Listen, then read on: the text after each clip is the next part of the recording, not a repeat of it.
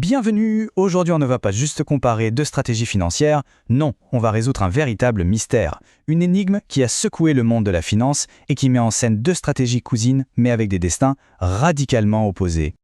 Et voici notre indice principal, la pièce à conviction.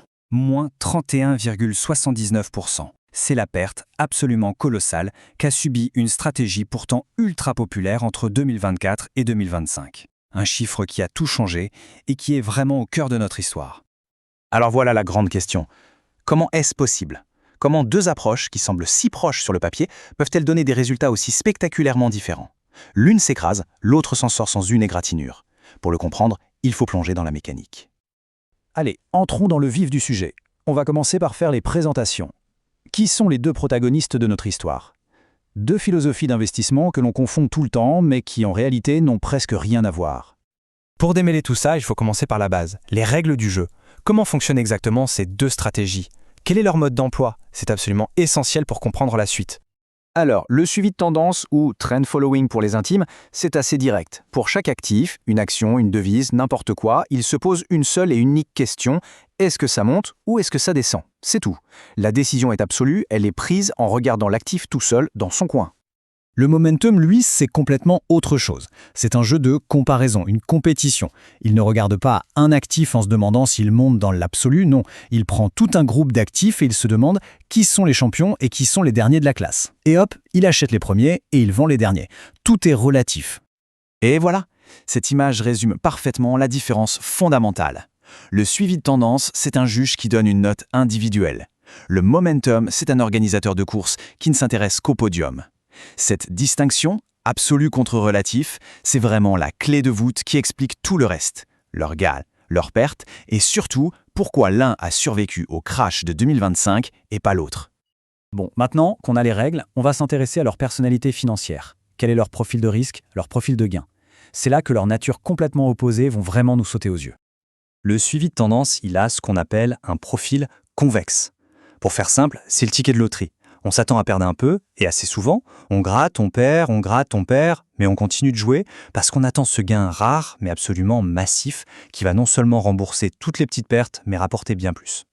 Le momentum, c'est l'exact opposé. Un profil concave. Imaginez que vous êtes un assureur. Vous encaissez des primes tous les mois, des petits gains constants, réguliers. Ça marche super bien, jusqu'au jour de la catastrophe. L'événement rare, mais dévastateur, qui peut effacer des années de profit en un claquement de doigts. Et ce qui est fascinant, c'est que ce ne sont pas que de belles images. Les données, les chiffres le confirment noir sur blanc.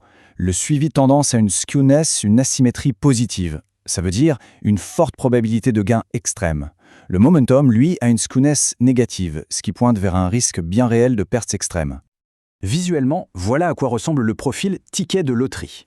On le voit bien, une majorité de petites pertes, et puis d'un coup, bam, un gain exceptionnel qui domine absolument tout le reste. C'est la signature typique de la convexité. Et là, c'est le miroir inversé, le profil du vendeur d'assurance. Des petits gains réguliers, ça monte, jusqu'à ce mur, cette falaise, une perte catastrophique, ce fameux crash du momentum qui vient tout anéantir. D'accord, les profils sont différents, on a compris. Mais pourquoi? Qu'est-ce qui se cache sous le capot? Quels sont les moteurs qui expliquent des comportements aussi radicalement opposés? Pour le momentum, la réponse est simple. C'est nous, c'est la psychologie humaine. Il profite de nos biais comportementaux. D'abord, on met du temps à réagir à une nouvelle information. Puis, tout le monde se met à suivre le mouvement, c'est l'effet de troupeau. Et ça finit souvent en bulle, en surréaction. Le momentum surfe sur ces vagues de psychologie collective, jusqu'à ce que la vague se brise. Le suivi de tendance, lui, c'est presque l'antipsychologie. C'est mécanique, quasi mathématique. Sa performance ne dépend pas des erreurs des investisseurs, mais d'une propriété bien réelle des marchés. Ce théorème nous dit en gros que la stratégie gagne de l'argent quand le futur est plus incertain que le présent. C'est une logique rationnelle. Ok, je crois qu'on a toutes les pièces du puzzle maintenant. On peut enfin revenir à notre scène de crime, à notre mystère de départ. Que s'est-il passé précisément entre 2024 et 2025 pour provoquer un tel drame ? En fait, le momentum s'est retrouvé pris dans une tempête parfaite. Les secteurs qui menaient le marché changeaient tout le temps, créant des faux départs et des pièges. En plus, le bruit politique, les élections, les tarifs, tout ça a brouillé les pistes. Dans ce chaos, une stratégie qui cherche des gagnants clairs et stables, elle était complètement perdue. Et pendant ce temps-là, le suivi de tendance, lui, a non seulement survécu, mais il a prospéré. Pourquoi ? Parce que sa structure même est conçue pour ce genre de situation. Sa diversification sur plus de 60 marchés l'a immunisé contre le chaos d'un seul. Ses positions vendeuses ont agi comme un bouclier. Et surtout, il a su tirer profit des grands retournements qui ont justement tué le momentum. Alors, quel est le verdict? Que doit-on retenir de cette confrontation entre ces deux cousins si proches en apparence, mais si différents dans le fond? Ces tableaux, c'est le résumé parfait de notre enquête. L'horizon de temps, le profil de gain, le risque, les moteurs. Sur quasiment tous les critères importants, ces deux stratégies sont des opposés quasi parfaits. L'un est un sprinter, l'autre un marathonien. L'un vend l'assurance, l'autre l'achète.